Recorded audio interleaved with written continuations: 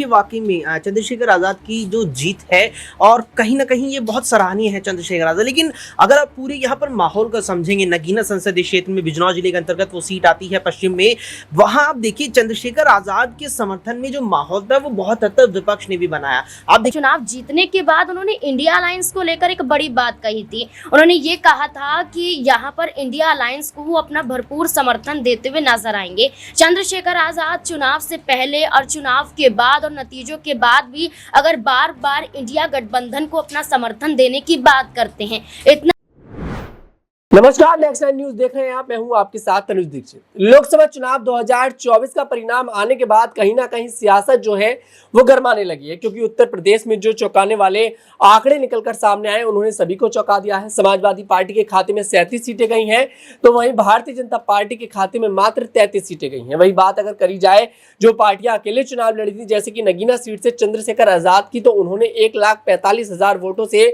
भारी बहुमत के साथ यहां से जीत दर्ज करी है। लेकिन सवाल यह खड़ा होता है कि आखिरकार इस सीट पर योगी आदित्यनाथ भी गए थे चुनाव प्रचार के लिए, इस सीट पर नरेंद्र मोदी भी गए थे चुनाव प्रचार के लिए। उसके बावजूद भी चंद्रशेखर आजाद ने इतनी शिकस्त दी सभी के लिए और 1,45,000 वोटों से के साथ इस सीट पर जीत दर्ज करी। अपने सहयोगी से जानते हैं कि आखिरकार अब आगे की क्या रणनीति यहाँ पर अपनाने वाले हैं चंद्रशेखर आजाद। एनडीए के साथ जाएंगे, इंडिया गठबंधन के साथ जाएंगे, या फिर बसपा का दामन थाम सकते हैं। पहला सवाल मेरे सहयोगी अक्षय से लेंगे। अक्षय, क्या स्थिति आप यहाँ पर देखते हैं? योगी आदित्यनाथ प्रचार करने के लिए उनकी सीट पर जाते हैं, मोदी जी जाते हैं, उसके बावजूद भी यहाँ पर बीजेपी इतनी पीछे रह जाती है। चंद्रशेखर आजाद तकरीबन 1.5 लाख वोटों का देखिए अंतर रहा जिसमें उन्होंने जीत दर्ज करी। क्या कहेंगे आप?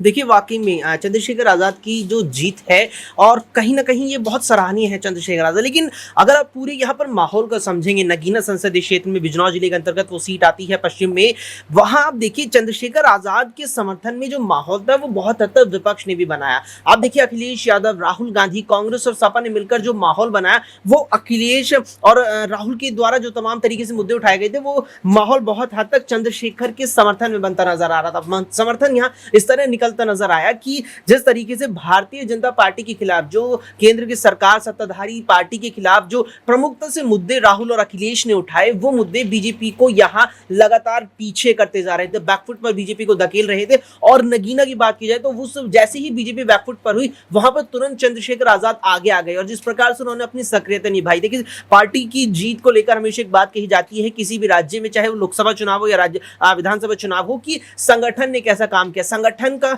यहाँ भूमिका हो जाती है कि जो पार्टी का जो संगठन है, जो जिले स्तर पर संगठन है, जो बूथ स्तर पर संगठन है, मंडल स्तर पर संगठन है, उसके कार्यकर्ता घर घर जाकर कैसे काम करते हैं, वो चंद्रशेखर आजाद रावण ने खुद नगीना क्षेत्र में किया है। और ये सबसे बड़ा उनके लिए एक प्लस पॉइंट यहाँ पर साबित हुआ कि वे लोगों से जुड़ पाए। यहाँ पर लोग यहाँ अपना एक बेहतर भविष्य चंद्रशेखर आजाद के जरिए उत्तर प्रदेश में देख रहे थे, नगीना के लोग देख रहे थे, और ये सबसे बड़ी जीत रही है। और यही कारण भी रहा, आपने जिक्र भी किया कि खुद मुख्यमंत्री योगी आदित्यनाथ भी पहुंचे प्रचार करने के लिए बीजेपी प्रत्याशी के समर्थन में, लेकिन जीत हासिल नहीं कर पाए। जी वाकई में यहाँ पर बीजेपी यहाँ जीत हासिल नहीं कर पाई, जीत यहाँ पर बीएसपी भी दर्ज नहीं कर पाई, और उत्तर प्रदेश में एक भी सीट पर बीएसपी ने जीत दर्ज नहीं करी है।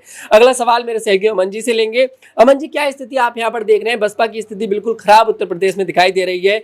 अगर 2027 में जो विधानसभा चुनाव जो होने वाले हैं उनको देखकर अगर बात करी जाए तो क्या बसपा यहाँ पर बड़ा ऑफर चंद्रशेखर आजाद के लिए दे सकती है? क्योंकि दलितों के रूप में बड़ा चेहरा निकलकर देखिए सामने आ रहे हैं। चंद्रशेखर आजाद नगीना सीट पर भारी बहुमत के साथ जीत दर्ज करते हैं। दलित का वोट कहीं ना कहीं चंद्रशेखर आजाद की तरफ झुकाव देखा जा रहा है। यहाँ पर क्या कहेंगे आप?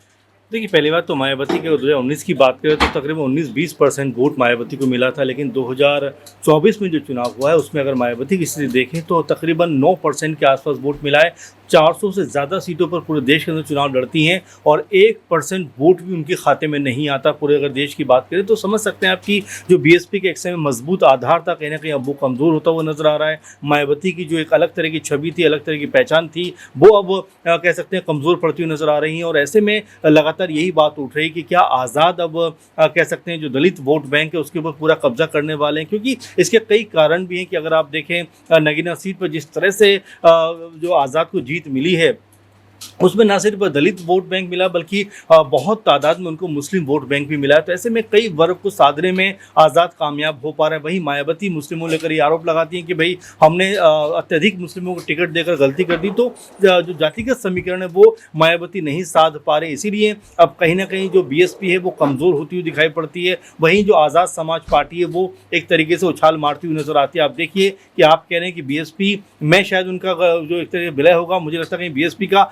आज़ाद समाज पार्टी में विलय ना हो जाए, क्योंकि आप देखिए उनके पास सांसद भी है, मायावती के पास एक भी सांसद नहीं है। वहीं अगर बात करें उत्तर प्रदेश में 400 से ज़्यादा विधानसभा सीटें हैं, वहाँ पर महज उनके बीएसपी खाते में एक विधानसभा सीट है। तो किस तरह से कमज़ोर हो रही है बीएसपी दिनों दिन वो आप देख रहे हो। लगातार उनका चुनावों में प्रदर्शन जो है वो बेहद ख़राब और खस्ता हालत में नज़र आता है। तो ऐसे में उनको एक बड़े चेहरे की ज़रूरत है। अब ऐसे में क्या आज़ाद के साथ में एक समझौता हो सकता है? क्या आज़ाद जो है आने वाले दिनों में कह सकते हैं कि बीएसपी को संभालते हुए नजर आएंगे? क्योंकि आज़ाद अगर बीएसपी में आते हैं तो जो दलित वोट बैंक है वो शायद एक मंच पे आ सकता है, एक प्लेटफॉर्म पे आ सकता है और इसका फायदा फिर बीएसपी को मिल सकता है। अगर अलग अलग आज़ाद समाज पार्टी और बीएसपी लड़े तो इसी तरह का हशर होगा और यहाँ पर आज़ाद समाज पार्टी मजबूत होती हुई नजर आएगी। जी वाकई में आज़ाद समाज पार्टी जो है यहाँ पर मजबूत होती नजर आएगी। अगला सवाल मेरी सहयोगी नाजमीन से लेंगे।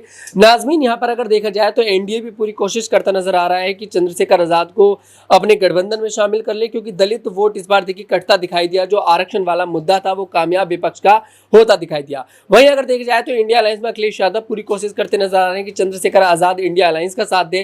किसका साथ यहाँ पर चंद्रशेखर आजाद देते नजर आ सकते हैं? देखिए, अगर हम चंद्रशेखर आजाद की बात करें, नगीना लोकसभा सीट पर जीत हासिल करते हुए नजर आए और उसके बाद से देखा जाए तो उनका आत्मविश्वास कहीं ना कहीं उत्तर प्रदेश में चरम पर देखने को मिल रहा है। और ऐसे में अगर हम चंद्रशेखर आजाद की बात करें तो चुनाव जीतने के बाद उन्होंने इंडिया अलायंस को लेकर एक बड़ी बात कही थी। उन्होंने ये कहा था कि यहाँ पर इंडिया अलायंस को वो अपना भरपूर समर्थन देते हुए नजर आएंगे। चंद्रशेखर आजाद चुनाव से पहले और चुनाव के बाद और नतीजों के बाद भी अगर बार बार इंडिया गठबंधन को अपना समर्थन देने की बात करते हैं। इतना ही नहीं, ये भी कहते हुए नजर आते हैं कि जहां भी इंडिया अलायंस को जरूरत पड़ेगी वो अपनी भागीदारी निभाते हुए नजर आएंगे। तो जहां तक मुझे लगता है कि चंद्रशेखर आजाद एनडीए की तरफ तो अपने कदम नहीं बढ़ाएंगे, लेकिन इंडिया अलायंस की तरफ अपने कदम बढ़ा सकते हैं। लेकिन अगर हम मायावती की बात करें तो मायावती ने जो अकेले चुनाव लड़ने की बात कही, जहां वो इंडिया अलायंस के साथ नहीं आना चाहती थी, जहां दोबारा समाजवादी पार्टी के साथ गठबंधन नहीं करना चाहती थी,